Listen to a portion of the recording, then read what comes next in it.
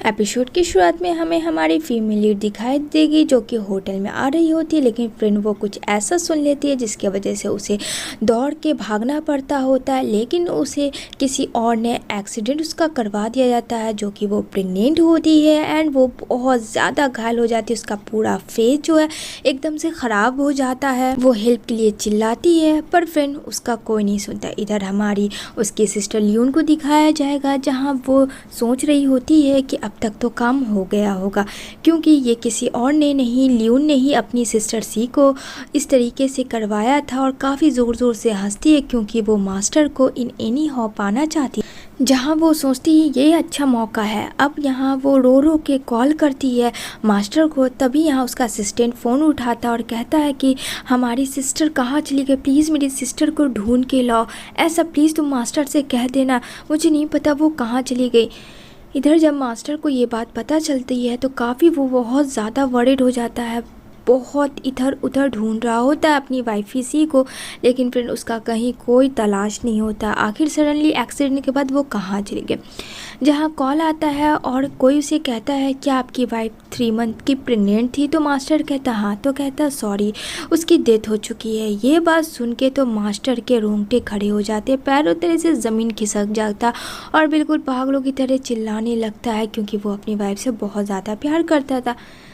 अब तो वो इस दुनिया में रही नहीं। वो पागलों की तरह चिल्लाता है और रोने लगता है कि तुम कहाँ चली गई, क्या तुम्हारा और मेरा साथ बस यहीं तक था। दूसरी सीन में देखने को मिलेगा सी को, जहाँ उसका पूरा फेस कवर हुआ होता है और यहाँ पे उसे होश आता है।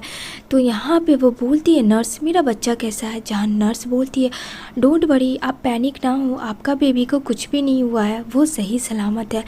लेकिन आपके फेस, कहती है क्या हुआ मेरे फेस को, कहती है आई एम सो सॉरी, ये तो अब डॉक्टर ही बताएंगे क्योंकि आपका जो फेस है वो बहुत बुरी तरीके से ख़राब हो चुका था, जिस वजह से हम लोगों ने डिसाइड किया कि आपके चेहरे पे प्लास्टिक सर्जरी करवा दिया जाए जिससे कि आपको एक नया चेहरा मिलेगा।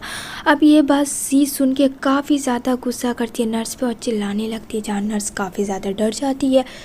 वो बोलती है मैं अभी डॉक्टर को बुला के लाती हूँ। जहाँ ये पास्ट में सोचती है किस तरीके से मास्टर और सी की शादी हुई थी और ये दोनों एक दूसरे से कितना लॉट्स ऑफ लव करते थे, पर यहाँ क्या, यहाँ तो फ्रेंड्स सब कुछ अपोजिट हो गया।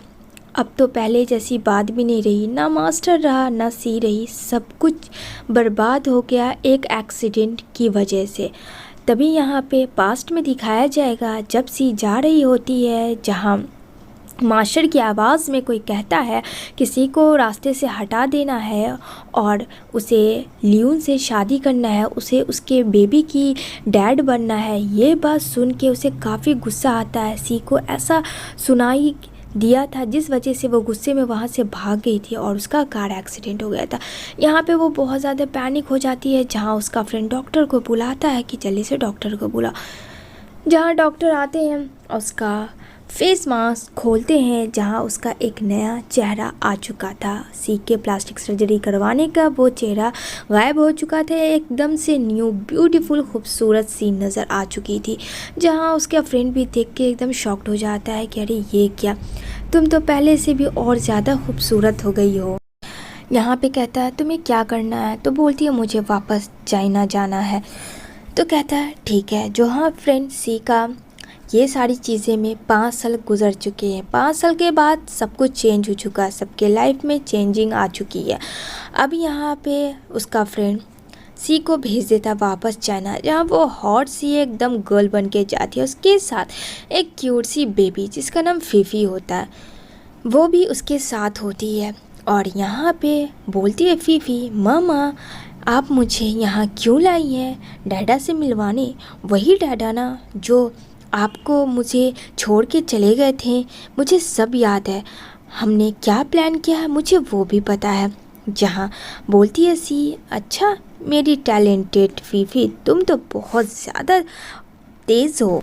तभी यहाँ बोलती है सी तुम्हें याद है ना बेटा तुम्हें क्या क्या करना है। कहती है मामा आप टेंशन ना लो, उस बैड डैडी को तो मैं मज़ा चखाऊंगी। मुझे याद है मुझे आपको मामा नहीं बोलना है किसी के भी सामने, मुझे एकदम से अनजान बन के रहना है यहाँ। कहती है यस ये हुई ना बात, अब लग रही हो तुम मेरी डॉटर हो। मतलब दोनों, डॉटर एंड मामा, दोनों ने बहुत ही ज़बरदस्त प्लानिंग किया था। जहाँ लियोन को दिखाया जाएगा, जहाँ उसके ऊपर बहुत सारे मीडिया होते हैं और ये बात पूछ रहे होते हैं कि आप मास्टर से इंगेजमेंट करने वाली हैं। अब यहाँ पे लियोन हंसते हुए कहती है, ओह आप लोगों को भी पता चल गया, ये न्यूज़ कितनी जल्दी वायरल हुई, मुझे तो पता भी नहीं था। हाँ, ये न्यूज़ सच है, हम दोनों बहुत जल्दी इंगेजमेंट करने वाले और बहुत जल्द हम दोनों की शादी हो जाएगी। सारे मीडिया तो सुन के एकदम शॉक्ड, क्योंकि सारे मीडिया को पता है कि मास्टर की ऑलरेडी एक वाइफ थी जिसका कोई अता पता नहीं है। सुनने में तो ये आया है कि उसकी वाइफ जो सी है वो तो मर चुकी है 5 साल पहले।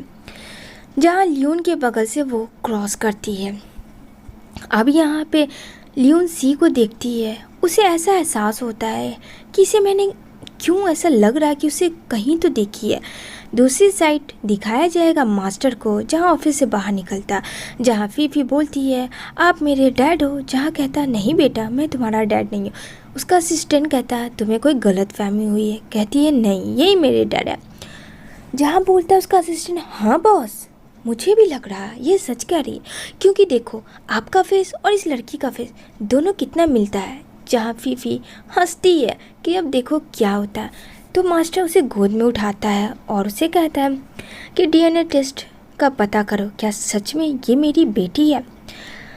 अब जो डीएनए टेस्ट का रिपोर्ट था वो तो शॉक्ड वाली बात थी, जहाँ डीएनए टेस्ट के रिपोर्ट में ये साफ साफ क्लियर था कि मास्टर की ही बेटी फीफी है। अब ये बात जब मास्टर जानता है फ्रेंड, और मास्टर जब डीएनए रिपोर्ट पढ़ता है वो तो एकदम से शॉक्ड हो जाता है अगेन कि ये लड़की तो सच में मेरी बेटी है। डीएनए टेस्ट में क्लियर ये रिपोर्ट है, लेकिन ये आई कहाँ से और इसको यहाँ किसने छोड़ा, जबकि इसकी मामा तो मर चुकी थी।